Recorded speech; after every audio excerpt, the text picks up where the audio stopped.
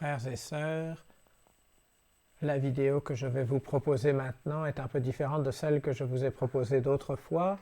Comme je m'y étais engagé, comme je vous l'avais proposé, lundi, mardi, mercredi, j'étais dans l'église à faire le chemin de croix, en espérant que vous puissiez prier avec moi à partir de la méditation proposée par le service national de pastorat liturgique et sacramentaire. Mais je me suis retrouvé devant ce chemin de croix que j'avais déjà vu bien des fois, mais assez peu regardé. J'ai été fasciné par la richesse de symbolique de chacune de ces œuvres d'art, puisque chacun de ces tableaux est une œuvre d'art, située au-dessus des portes pour la première et la deuxième et la dernière station, et puis sur les murs pour les 12 autres stations.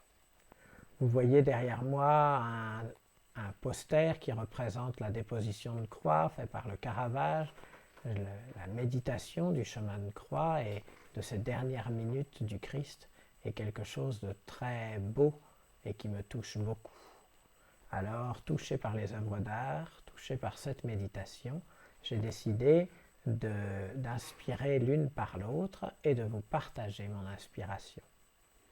Si c'est possible, eh bien, je souhaite que vous puissiez vivre ce chemin de croix pendant la journée du vendredi saint, que vous puissiez méditer et prier. Pour que la vidéo ne soit pas trop longue, je n'ai pas mis entre chaque station de prière Notre Père, je vous salue Marie ou chant, mais je vous encourage, vous, à interrompre, à couper autant qu'il le faudra cette méditation pour pouvoir entrer dans la prière. Les dernières stations, je me suis laissé entraîner à vous proposer un petit temps de méditation. Eh bien, j'espère que cela pourra vous aider et j'espère que cela vous fera vivre un beau vendredi saint. Le soir, avec le Père Ursule, nous célébrerons l'office de la croix, nous vénérerons cette croix et nous penserons à chacun d'entre vous qui avez mis vos pas dans les pas de Jésus sur ce chemin de croix. Je vous invite donc maintenant à écouter, regarder, méditer ce chemin de croix. Méditation du chemin de croix du Vendredi Saint à partir des œuvres d'art trouvées dans l'église Notre-Dame de Lourdes à La Baule. Au nom du Père et du Fils et du Saint-Esprit. Amen. La passion de Jésus est unique, c'est celle du Fils de Dieu, qui s'est abaissé jusque-là. C'est la mise à mort de l'auteur de la vie, c'est le comble du péché et le salut des pécheurs. La croix ne dit pas l'absence du Père, mais en révèle son infinie présence, à notre monde dans le souffle de l'Esprit, de force et de réconfort. La contemplation d'un chemin de croix nous permet de rentrer dans la méditation d'un artiste, Xavier de Langlais, qui est d'abord un croyant et un contemplateur. Première station. Jésus est condamné à mort. Nous chantons la croix du Seigneur qui se dresse sur l'univers comme un signe éclatant de l'amour de notre Dieu. Dans l'évangile de Jésus-Christ selon saint Luc. Lorsqu'il fit jour, les anciens du peuple, chefs des prêtres et scribes, se réunirent, et ils l'emmenèrent devant leur grand conseil. Ils lui dirent, « Si tu es le Messie, dis-le-nous. » Il leur répondit, « Si je vous le dis, vous ne me croirez pas, et si j'interroge, vous ne répondrez pas. Mais désormais, le Fils de l'homme sera assis à la droite du Dieu puissant. » Tous lui dirent alors, « Tu es donc le Fils de Dieu ?» Il leur répondit, « C'est vous qui dites que je le suis. » Ils dirent alors, « Pourquoi nous faut-il encore un témoignage ? Nous-mêmes nous l'avons entendu de sa bouche. » Prenons quelques instants pour contempler cette première station qui domine la porte tournée vers le sud. Nous voyons Jésus qui n'est pas encore en rouge. Nous voyons Jésus qui domine la scène. Nous voyons Pilate qui interroge, et nous voyons les chefs des prêtres avec des bâtons et la foule au fond, qui veut absolument obtenir la condamnation de Jésus. Ce qui me frappe, c'est le regard hautain de Jésus. Il semble presque les mépriser. Mais ce qu'il méprise, c'est la vindicte, c'est le péché, c'est la haine, ce n'est pas les hommes. Jésus, au contraire, a le visage lisse et beau de celui qui veut paraître devant ses frères dans toute sa splendeur. S'il a l'air hautain, c'est simplement qu'il méprise la mort, qu'il méprise la condamnation, qu'il méprise la haine. Si je vous le dis, vous ne me croirez pas, mais désormais, le Fils de l'homme sera assis à la droite du Dieu puissant. Deuxième station. Jésus est chargé de sa croix. Nous chantons la croix du Seigneur qui se dresse sur l'univers comme un signe éclatant de l'amour de notre Dieu. Dans l'évangile de Jésus-Christ selon saint Jean. Jésus, portant lui-même sa croix, sortit en direction du lieu dit le crâne ou calvaire, en hébreu Golgotha. Là, ils le crucifièrent, et avec lui 2 autres, un de chaque côté, et Jésus au milieu. Pilate avait rédigé un écriteau qu'il fit placer sur la croix avec cette inscription : Jésus de Nazareth, roi des Juifs. Regardez attentivement cette image. Vous voyez comme Jésus tend les mains vers cette croix. Déjà son visage est marqué par la souffrance. Il a récupéré le manteau rouge, il a la couronne d'épines, il a le front ensanglanté. Mais pourtant, il choisit sa croix. Il l'accueille avec délicatesse.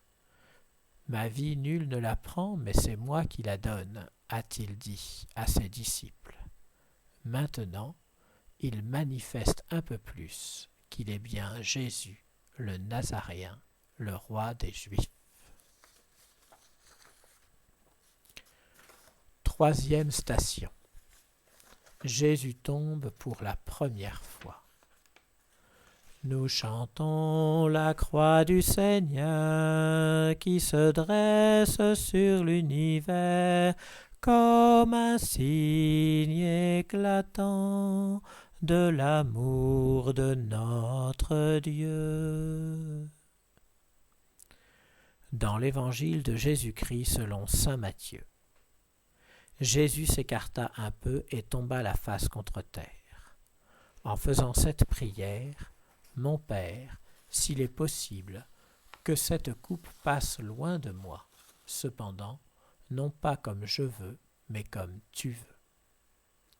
Regardez bien cette troisième station.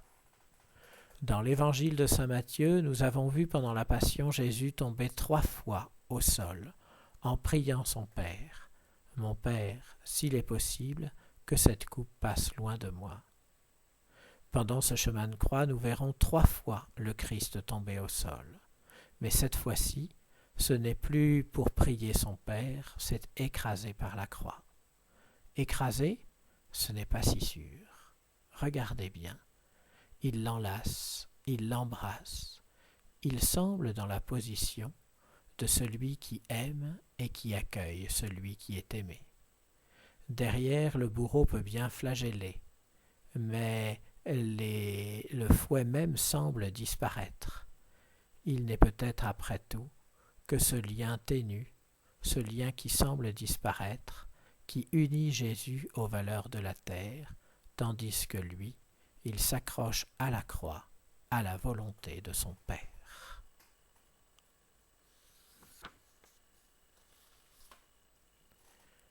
Quatrième station. Jésus rencontre sa mère.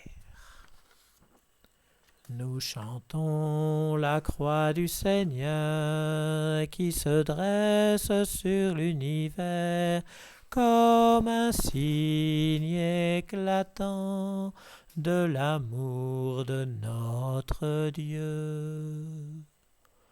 Dans l'Évangile de Jésus-Christ selon saint Luc, Simon les bénit, puis il dit à Marie sa mère, « Vois ton fils qui est là. Il provoquera la chute et le relèvement de beaucoup en Israël. Il sera un signe de division, et toi-même ton cœur sera transpercé par une épée. Ainsi seront dévoilées les pensées secrètes d'un grand nombre. » Voici une nouvelle station, et quelque chose d'étonnant. Regardez ces deux visages face à face. Il ne semble pas le visage d'un martyr et le visage d'une mère éplorée. Il semble plutôt à l'instant où deux amoureux vont s'embrasser. Regardez-les bien. Marie est toute tendue vers lui. Jésus est tout accueil. Ils s'aiment. Ils sont prêts à se recevoir l'un de l'autre. Comme Marie, image de l'Église, se reçoit du Christ. Comme le Christ offre sa vie pour pouvoir sauver l'humanité. Oui, il y a un amour fou entre Marie et Jésus.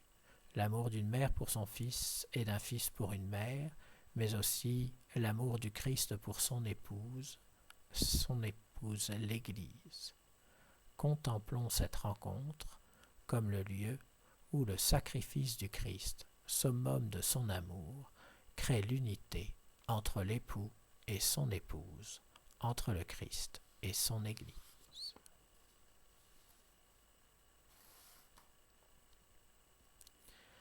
Cinquième station. Simon de Cyrène aide Jésus à porter la croix. Nous chantons la croix du Seigneur qui se dresse sur l'univers comme un signe éclatant de l'amour de notre Dieu. Dans l'Évangile de Jésus-Christ selon saint Luc. Pendant qu'ils l'emmenaient, ils prirent un certain Simon de Cyrène qui revenait des champs, et ils le chargèrent de la croix pour qu'il la porte derrière lui. Nous voici déjà à la cinquième station. Jésus est trop fatigué, il ne peut plus porter tout seul. Aussi, on demande à un passant, Simon de Cyrène, de pouvoir l'aider. Regardez pourtant ce que voit l'artiste. Jésus est chargé de la croix comme un forçat, comme quelqu'un qui porterait un joug trop lourd. La croix le domine tout entier, il semble écrasé. Mais à côté, Simon de Cyrène, lui, ne semble pas faire d'efforts. Au contraire même, il semble dormir. Il semble presque reposer sur le cœur de Jésus. Oui, celui qui aime le Christ peut se reposer en lui, comme l'a dit saint Augustin. Plus près de toi, j'aimerais reposer. Mon âme se repose en Dieu seul. Et le Christ vient pour porter son fardeau. Nous croyons que Simon de Cyrène vient l'aider, mais c'est Jésus qui porte le fardeau des misères et des péchés du monde. Sa souffrance est terrible, mais ceux qui viennent l'aider, mais ceux qui viennent l'aimer, sont pour lui un réconfort. Il n'en porte pas moins, mais il a plus de force et d'allant. Simon de Cyrène est d'abord le consolateur, celui qui restaure et renforce, celui qui encourage.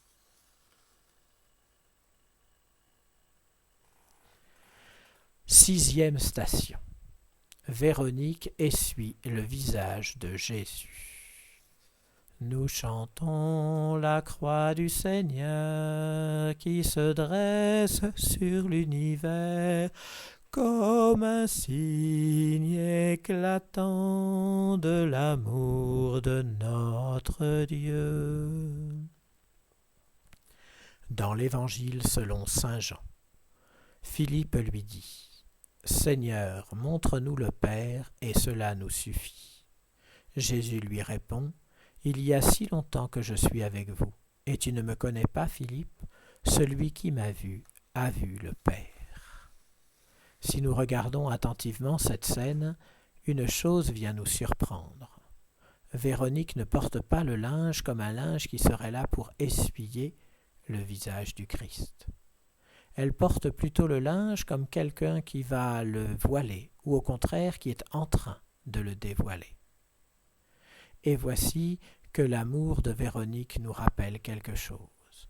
Le Seigneur Jésus est le Fils de Dieu qui, sous le voile de l'apparence humaine, de la réalité humaine qu'il a embrassée, vient pourtant nous révéler qui est le Père. Écoutez ce qu'il vient de dire à Philippe. Il y a si longtemps que nous sommes ensemble et tu ne me connais pas. Celui qui m'a vu a vu le Père. Véronique essuie un visage sans doute, mais surtout elle dévoile un amour infini. L'amour du Père qui n'hésite pas à donner son Fils, l'amour de Dieu qui n'hésite pas à se sacrifier pour que nous puissions le connaître, pour que nous sachions combien il nous aime, pour que nous puissions l'aimer en retour. Septième station. Jésus tombe pour la deuxième fois. Nous chantons la croix du Seigneur qui se dresse sur l'univers comme un signe éclatant de l'amour de notre Dieu. Dans l'évangile de Jésus-Christ selon saint Matthieu. Venez à moi, vous tous qui peinez sous le poids du fardeau, et moi, je vous procurerai le repos. Oui, regardez-le bien, ce Christ qui est tombé pour la deuxième fois. Nous voyons les traces de la fatigue, mais pourtant, nous ne le voyons pas comme quelqu'un d'épuisé, plutôt comme quelqu'un qui se repose. Il a une attitude étonnante, comme celui qui se redresse alors qu'il est allongé sur son lit. Il a une attitude étonnante, comme celui qui prend la terre à plein bras. Lorsqu'il est tombé la première fois, nous l'avons contemplé en train d'embrasser la croix. Le voici maintenant qui embrasse la terre.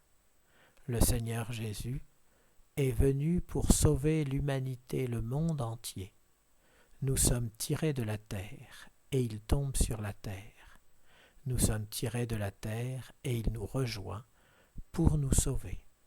La croix semble l'écraser, elle lui permet au contraire de remplir sa mission, son ultime mission, restaurer la création du monde, tirer de la terre une humanité nouvelle, désormais unie, alliée dans une alliance nouvelle avec Dieu. Huitième station. Jésus console les femmes de Jérusalem. Nous chantons la croix du Seigneur qui se dresse sur l'univers comme un signe éclatant de l'amour de notre Dieu. Dans l'évangile de Jésus-Christ selon saint Luc. Le peuple en grande foule le suivait, ainsi que des femmes qui se frappaient la poitrine.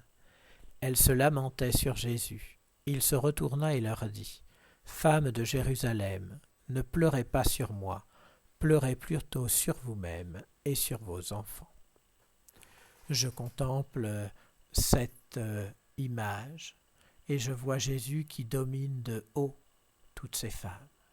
Bien sûr, la croix est au-dessus d'elle. Mais elle est au-dessus de lui. Il la porte, il la soulève. Son visage semble dur, plus dur que d'autrefois. Il est en train de leur rappeler que ce n'est pas sur lui qu'il faut pleurer, mais sur elles, parce qu'elles ont péché, parce qu'elles sont pécheresses, comme tout être humain.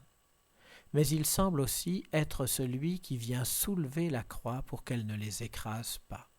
Il s'est mis entre la croix et elles, pour leur montrer que désormais, par son offrande, il est en train de les sauver.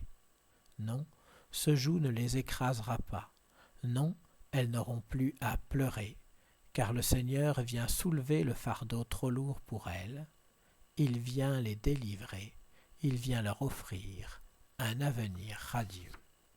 Regardons le Seigneur qui se charge de nos péchés et qui nous invite ainsi à comprendre qu'il n'est plus temps de pleurer, mais plutôt temps d'accueillir et de se réjouir du salut en Dieu. 9e station. Jésus tombe pour la 3e fois. Nous chantons la croix du Seigneur qui se dresse sur l'univers comme un signe éclatant de l'amour de notre Dieu. Lecture de la lettre de saint Paul apôtre aux Philippiens. Jésus n'a pas jugé bon de revendiquer son droit d'être traité à l'égal de Dieu, mais au contraire, il se dépouilla lui-même en prenant la condition de serviteur. Devenu semblable aux hommes et reconnu comme un homme à son comportement, il s'est abaissé lui-même en devenant obéissant jusqu'à mourir et à mourir sur une croix. Voici donc la 3e chute. Lors de la première, Jésus embrassait la croix. Lors de la seconde, Jésus embrassait la terre. Cette fois-ci, il a un bras qui tient la croix et un autre qui tient la terre. Il semble épuisé et vaincu, mais pourtant il fait ce pourquoi il est là. Il vient planter en terre cette croix qu'il n'avait pas méritée, mais qu'il a choisie. Il est en train de faire le sacrifice de lui-même pour que la terre porte un fruit nouveau. La main fermée de ceux qui condamnent devant n'y pourra rien. Désormais, par les mains du Christ, la terre et le ciel, la terre et la croix sont reliés. Le Fils de Dieu a été jusqu'au bout de l'obéissance et jusqu'au bout de l'amour. Rien ne pourra empêcher que le Seigneur vienne nous sauver. Pas même la vindicte populaire, pas même l'incompréhension des bourreaux.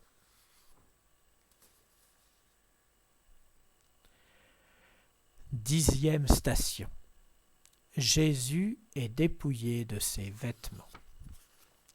Nous chantons la croix du Seigneur qui se dresse sur l'univers comme un signe éclatant de l'amour de notre Dieu.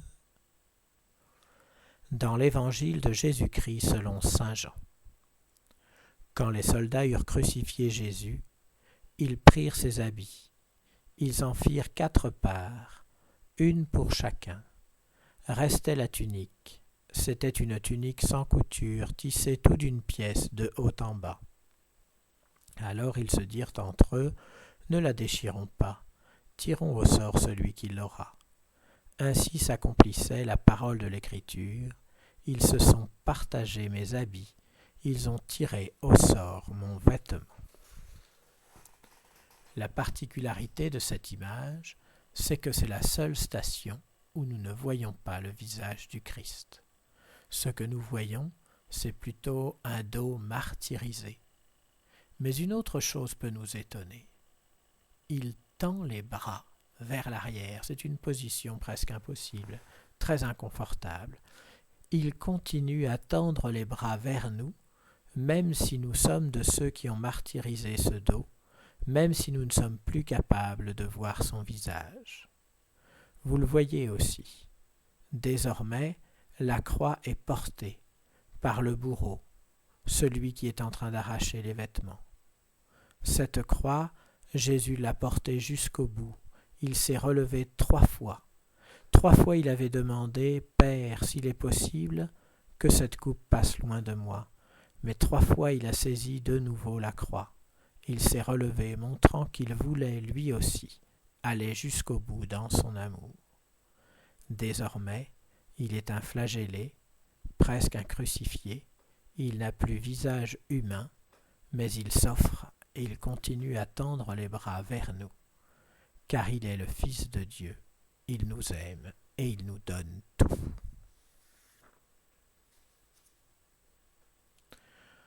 11e station. Jésus est cloué sur la croix. Nous chantons la croix du Seigneur qui se dresse sur l'univers comme un signe éclatant de l'amour de notre Dieu. Dans l'Évangile de Jésus-Christ selon saint Luc, lorsqu'il fut arrivé au lieu dit le Crâne ou Calvaire, on mit Jésus en croix avec les 2 malfaiteurs, l'un à la droite et l'autre à sa gauche. Jésus disait « Père, pardonne-leur, ils ne savent pas ce qu'ils font. » Ils partagèrent ses vêtements et les tirèrent au sort. Une fois de plus, je m'étonne devant cette image. D'abord, je vois un homme qui cloue la main gauche de Jésus sur la droite de notre image, mais nous ne voyons pas cette main. De l'autre côté, je vois un homme qui tient Jésus à l'endroit où il devrait être cloué, mais lui, on ne voit pas son marteau. Je vois que ce qui tient Jésus à la croix, c'est la main de l'homme, c'est l'action de l'homme. C'est nos péchés qui fixent Jésus à la croix. Mais je vois aussi que le visage de Jésus est tourné vers cette main que nous ne voyons pas, cette main qui est en train d'être clouée. C'est là que Jésus souffre, c'est là que nous sommes en train d'agir, c'est là que Jésus nous regarde. Il vient nous rejoindre jusque dans notre péché, il vient nous rejoindre jusque dans notre mal. Il ne détourne pas le regard de l'homme pécheur. Oui, Seigneur, je crois en ta miséricorde.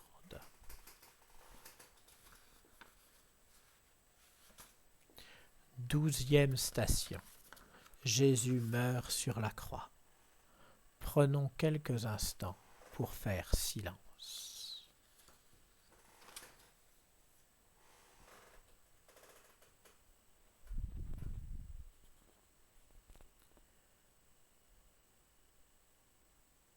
Nous chantons la croix du Seigneur qui se dresse sur l'univers comme un signe éclatant de l'amour de notre Dieu. Dans l'Évangile de Jésus-Christ selon saint Luc, il était déjà presque midi. L'obscurité se fit dans tout le pays, jusqu'à 3 heures. Car le soleil était caché. Le rideau du temple se déchira par le milieu. Alors Jésus poussa un grand cri. « Père, entre tes mains je remets mon esprit. » Et après avoir dit cela, il expira.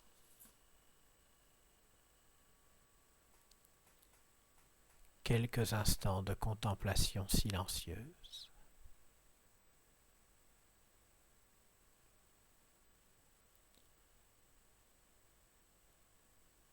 Voyez-vous ces 2 mains? Regardez de plus près. Ce sont les mains des 2 larrons.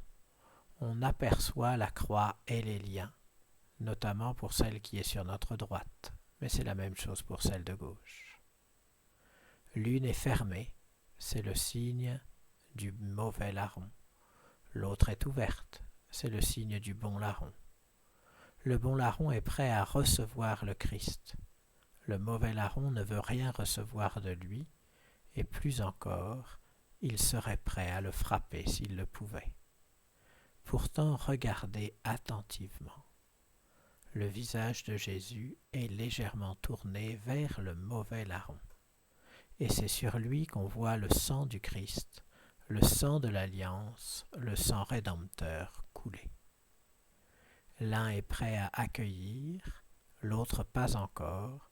Le Christ qui meurt jusqu'au dernier moment guette et attend la conversion de celui qui a la main fermée, de celui qui insulte, de celui qui n'a pas la foi.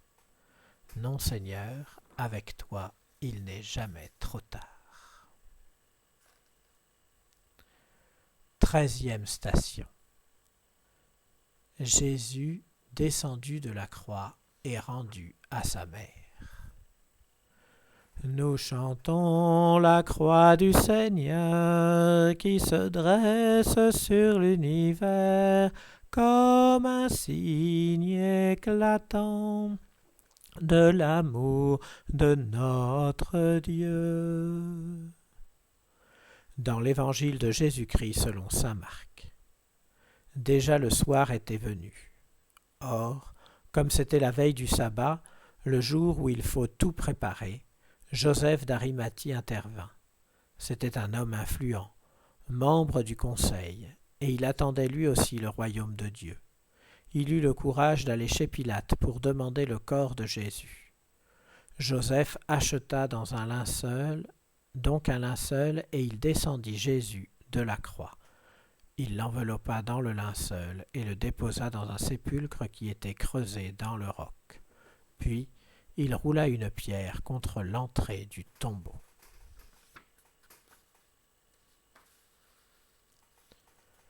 Regardons cette image avec circonspection. Il y a des mains un peu partout. Les mains de celui qui est sur l'échelle tout au fond, dont nous ne voyons pas le visage. Ces mains, elles se crispent à l'échelle, elles tiennent Jésus délicatement par une main. Les mains de celui qui est derrière Jésus, elles accueillent son corps, c'est lui qui porte tout. Dans un cas, l'un s'agrippe à ce qui le tient, et il tient Jésus de loin. Dans l'autre cas, il accueille tout entier Jésus. Mais il existe encore d'autres mains, les mains de la Vierge Marie, qui accueillent Jésus. Oh, elle n'est pas comme une qui voudrait le porter, mais plutôt elle accueille sa main comme si elle allait la baiser. Elle accueille même la blessure de la main du Christ, prête à l'embrasser. Marie est toute délicatesse, toute adoration. Elle retient tous ces événements dans son cœur, comme nous le dit si souvent l'évangéliste Luc dans son évangile.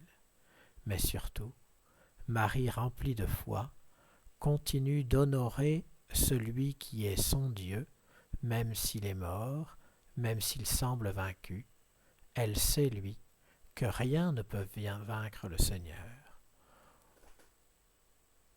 Ô Marie, communique-nous un peu de ta foi.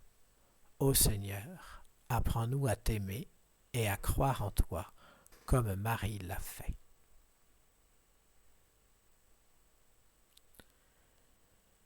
Quatorzième station. Jésus est mis au tombeau.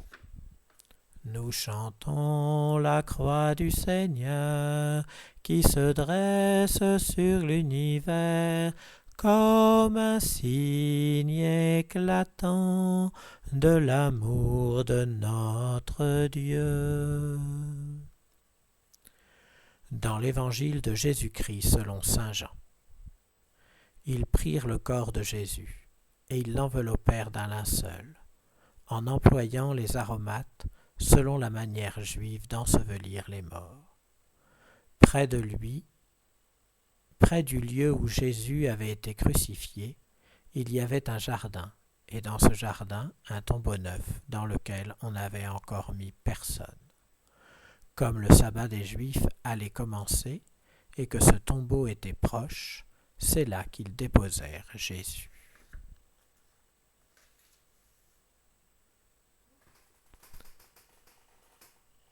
Jésus est maintenant mis au tombeau. Si nous regardons l'image, nous voyons la tristesse et la douleur de tous ceux qui l'entourent. Nous voyons que Jésus est mort. Une chose me frappe, cette chevelure rousse qui tombe en arrière. Disons-le, d'un point de vue esthétique, ce n'est pas une grande réussite. Mais cela nous montre à quel point le Seigneur est totalement abandonné. Ses longs cheveux qui ruissellent le long de son corps, c'est le signe qu'il ne maîtrise plus rien, qu'il a tout donné, tout abandonné. Peut-être aussi pouvons-nous y voir autre chose. Il semble ruisseler comme une fontaine d'eau vive. Il semble ruisseler avec abondance, comme une eau qui serait là pour pouvoir nourrir et abreuver le peuple entier. Oui, le corps du Christ devient jusque dans ses plus petites parties, dans ses plus insignifiantes parties, la source de notre vie, la source de notre salut. Et si une main est posée sur la blessure du côté, et si un visage repose sur le Christ, celui de Marie, et si d'autres personnages, sans doute Joseph et Jean, sont cachés, le Christ, lui, en plein centre, est celui qui nous donne tout. Seigneur, donne-moi de t'accueillir, donne-moi de te recevoir, pour que je puisse accueillir aussi ton salut et ta vie éternelle.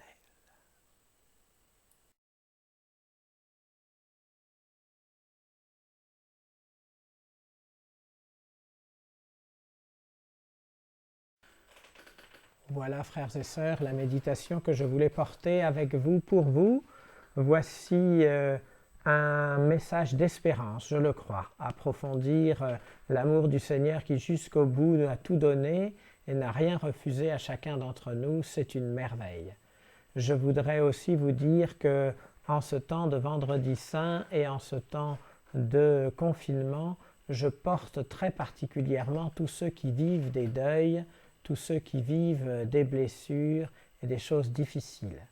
Nous avons sur la paroisse un certain nombre d'enterrements, un certain nombre de familles qui ont dû vivre des deuils liés à la pandémie ou pas, mais qui doivent aussi affronter l'impossibilité de réunir leurs familles, leurs amis autour de leurs défunts, l'impossibilité de dire d'une belle manière un au revoir à leurs chers disparus.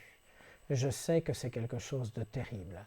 J'imagine Saint Jean et la Vierge Marie au pied de la croix, voyant tous les autres qui les ont abandonnés, et je vois qu'ils ont vécu ce genre de situation. Eh bien, la méditation du chemin de croix est une manière de nous dire que nous ne sommes jamais seuls, quelles que soient nos difficultés, quelles que soient nos souffrances et quels que soient nos deuils. Alors, à tous ceux qui sont malades, à tous ceux qui ont des malades dans leur famille, à tous ceux qui ont été touchés par un deuil lié à la maladie actuelle ou bien dû à d'autres maladies et d'autres circonstances de la vie, je voudrais dire ceci: vos défunts ne sont pas seuls dans leur tombe, le Christ est descendu au tombeau et il vient les chercher. Vos malades ne sont pas seuls, le Christ a souffert sur la croix, il vient dans leur chambre de souffrance, sur leur lit de douleur, il vient les accompagner et les soutenir. Ma prière, notre prière à tous, est avec eux, est avec vous. Courage, bon Vendredi Saint, bon Samedi Saint, apprêtons-nous, après avoir accueilli la mort du Seigneur, à fêter avec lui sa résurrection.